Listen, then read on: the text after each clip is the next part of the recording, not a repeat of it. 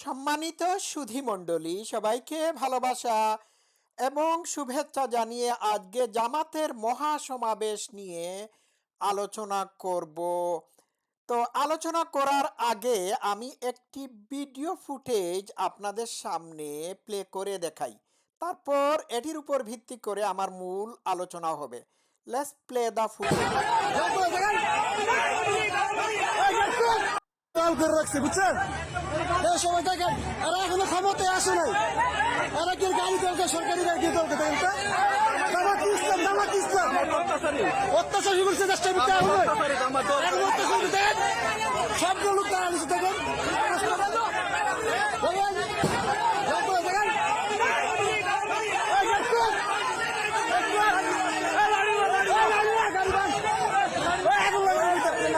দেখেন অবস্থাটা, সকলে দেখেন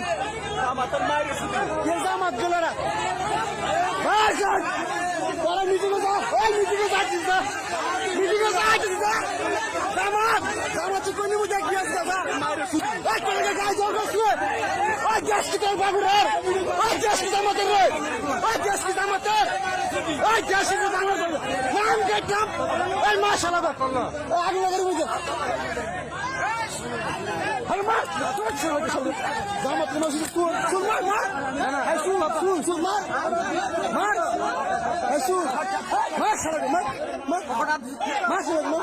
আচ্ছা দর্শক শ্রোতারা, আমি এই পর্যন্ত থামলাম।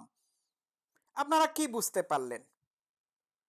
জামাতে ইসলামের জঙ্গিরা সারা দেশ থেকে ঢাকায় গিয়ে মহাসমাবেশ করছে। মহাসমাবেশে যাওয়ার সময় তারা সরকারি যানবাহন দখল করে নিয়ে সেইখানে ঢাকায় গিয়ে সেইখানে যাচ্ছে, ঢাকায় যাচ্ছে।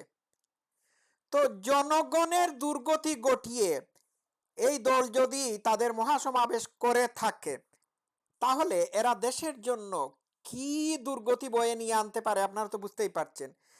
এরা না ইসলামিক রাজনৈতিক দল?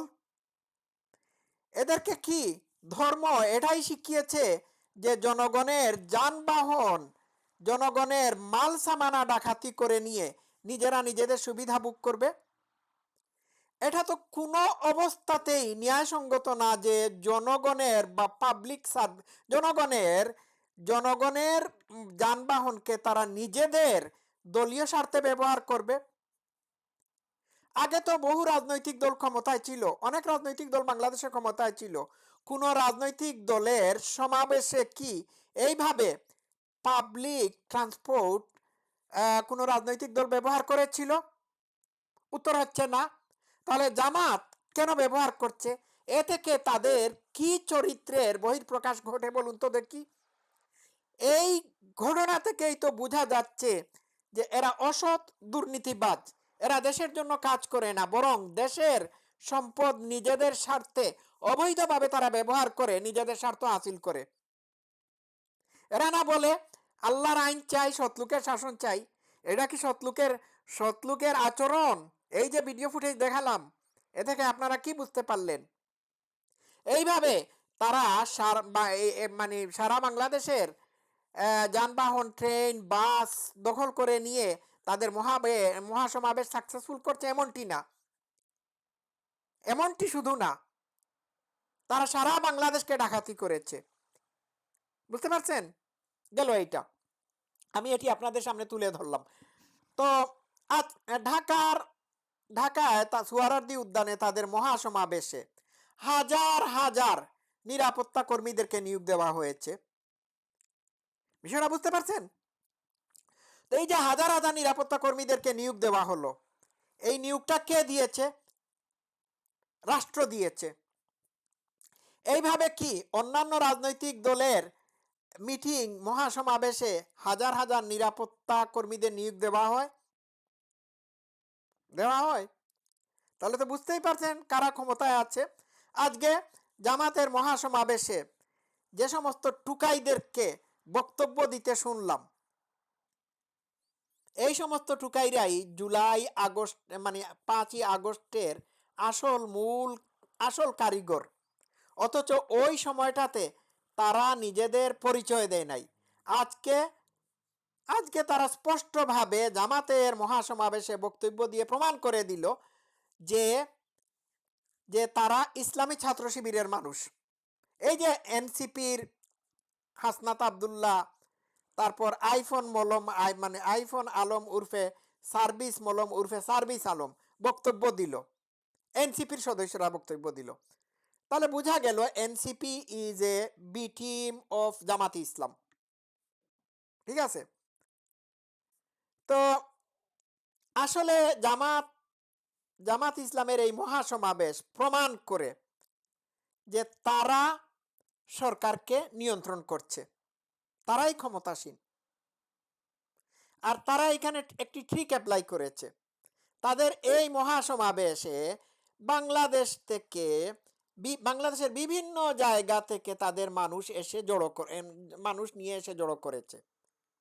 তো এমনটি না ঢাকার সকল জামাতি ইসলামীর মানুষ এসে এই মহাসমাবেশ করেছে, এমনটি না।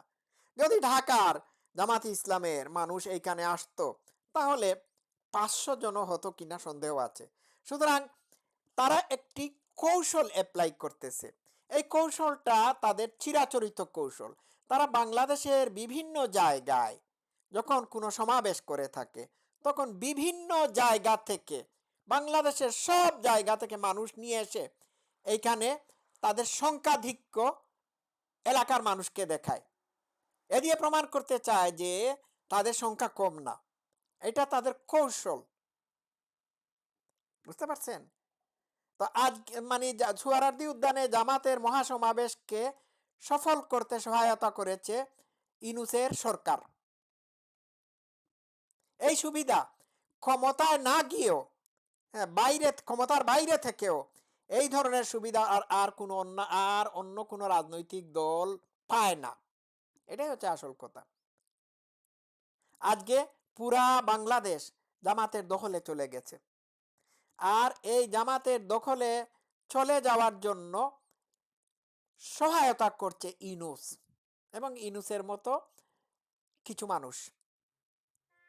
আজকে জামাতের সমাবেশে আমি শুনলাম, তাদের তথাকথিত মহাসমাবেশে শিবিরের একজন নেতা বলছে, আল্লাহ সহায়তা ছাড়া আমরা শেখ হাসিনার পতন ঘটাতে পারতাম না। না রে ভাই, আল্লাহর সহায়তা ছাড়া তোমরা শেখ হাসিনার পতন ঘটাও নাই, তোমরা আমেরিকার ডিপ স্টেটের সহায়তায় সরকারের পতন ঘটিয়েছ। মিথ্যা বলার জায়গা পাও না, মিথ্যাবাদীদের দল। আল্লাহ তোমাদেরকে সহায়তা করবেন না।